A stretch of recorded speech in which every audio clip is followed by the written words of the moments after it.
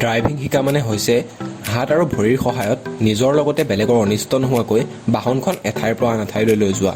চিন্তা নকৰিব, আমি ভিডিঅ'টো গাড়ীৰ ডেফিনেশ্যন দিবলৈ বনোৱা নাই। সকলো বস্তু সহজভাৱে শিকোৱাটোৱে হৈছে আমাৰ উদ্দেশ্য। আজিৰ ভিডিঅ'টোত আপোনাক আমি গাড়ীখনৰ বেছিক কণ্ট্ৰলছ কিছুমানৰ বিষয়ে শিকাম, যিয়ে গাড়ীখন চলোৱাৰ বাবে অতি আৱশ্যকীয়। এতিয়া আপুনি গাড়ীখন চলাবৰ বাবে আপুনি দুটা কথা মনত ৰাখিব লাগিব। সেই দুটা হৈছে ফুট কণ্ট্ৰল আৰু হেণ্ড কণ্ট্ৰল। আমি ভিডিঅ'টো একেবাৰে শূন্যৰ পৰা ষ্টাৰ্ট কৰিব বিচাৰিছোঁ, যাতে আপোনালোকে বুজাত কোনো ধৰণৰ অসুবিধা নহয়। যদি আপুনি বাইক চলায়, তেনেহ'লে আপুনি এই কণ্ট্ৰলছসমূহৰ বিষয়ে কেনেদৰে কাম কৰে নিশ্চয় জানিব। কিন্তু গাড়ীৰ এই কণ্ট্ৰলছসমূহৰ লোকেশ্যন বেলেগ হয়। আমি প্ৰথমতে আৰম্ভ কৰিম ফুট কণ্ট্ৰলৰ পৰা। এতিয়া আপুনি গাড়ীখনত বহিব, আপোনাৰ ভৰিৰ সন্মুখত তিনিডাল কণ্ট্ৰল থাকিব। আমি কেৱল মেনুৱেল গাড়ীৰ কথাহে উল্লেখ কৰিম। আপুনি যদি বাওঁফালৰ পৰা চায়, তেনেহ'লে ফাৰ্ষ্টতে আহিব ক্লাটছ পেডেল, ইয়াৰ পিছত আহিব ব্ৰেক পেডেল আৰু এক্সেলেটৰ পেডেল। আপুনি সোঁফালৰ পৰাও যদি মনত ৰাখিব পাৰে, তেনেহ'লে ABC হিচাপে অৰ্থাৎ A for accelerator, B for brake আৰু C ফৰ ক্লাটছ হিচাপেও আপুনি মনত ৰাখিব পাৰে। এতিয়া আমি জানো আহক ক্লাটছ পেডেলৰ কাম কি। ক্লাটছ পেডেলডালে আপোনাৰ গাড়ীৰ ইঞ্জিন আৰু চকাকেইটাৰ মাজত সম্পৰ্ক স্থাপন কৰে। যেতিয়া আপুনি ক্লাটছডাল ধৰে, তেন্তে হুইল আৰু ইঞ্জিনৰ মাজৰ কানেকশ্যন নাইকিয়া হৈ যায়, আৰু আপুনি যেতিয়া ক্লাটছডাল এৰি দিয়ে, তেন্তে পুনৰ ইঞ্জিন আৰু হুইলৰ মাজৰ কানেকশ্যন স্থাপন হয়, আৰু এতিয়া পুনৰ ইঞ্জিনৰ পাৱাৰ গাড়ীখনৰ চকাকেইটালৈ গুচি যায়।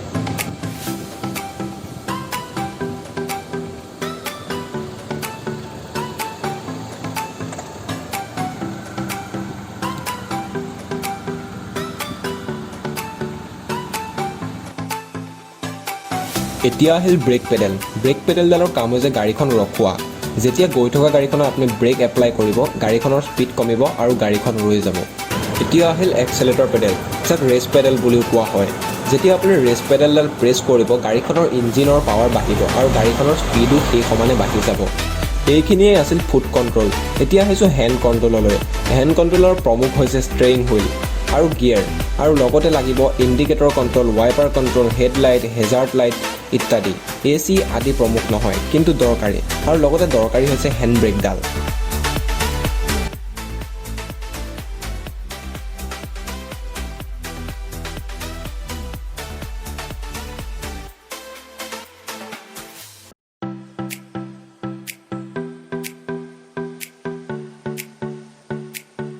এতিয়া আপুনি সন্মুখত এটা গোলকে বস্তু দেখিব। আপোনালোকে সকলোৱে জানেই চাগে এইডালক ষ্টেৰিং হুইল বুলি কোৱা হয়। এইডালৰ কাম হৈছে আপোনাৰ গাড়ীখনৰ দিশ নিৰ্ণয় কৰা। ইয়াক আপুনি যেতিয়া বাওঁফালে ঘূৰাব, তেতিয়া আপোনাৰ গাড়ীখন বাওঁফালে যাব, আৰু যেতিয়া সোঁফালে ঘূৰাব, তেতিয়া গাড়ীখন সোঁফালে যাব। নেক্সট আহিল গিয়াৰ লিভাৰ। এই গিয়াৰ লিভাৰডালৰ সহায়েৰে আপোনাৰ গাড়ীৰ স্পীড কম বেছি কৰিব পাৰিব। সাধাৰণতে গাড়ীবোৰত 5টা স্পীডৰ গিয়াৰ লিভাৰ আহে যদিও 1 নম্বৰ গিয়াৰত স্পীড কম হয়, কিন্তু পাৱাৰ সকলোতকৈ বেছি হয়। আৰু 5 নম্বৰ যিটো টপ গিয়াৰ বুলি কোৱা হয়, তাৰ স্পীড বেছি কিন্তু পাৱাৰ কম হ'ব। এতিয়া আমি এটা ভিডিঅ' ক্লিপেৰে চাওঁ আহক গিয়াৰ লিভাৰডালৰ পজিশ্যন কেনেদৰে নিৰ্ধাৰণ কৰিব পাৰি।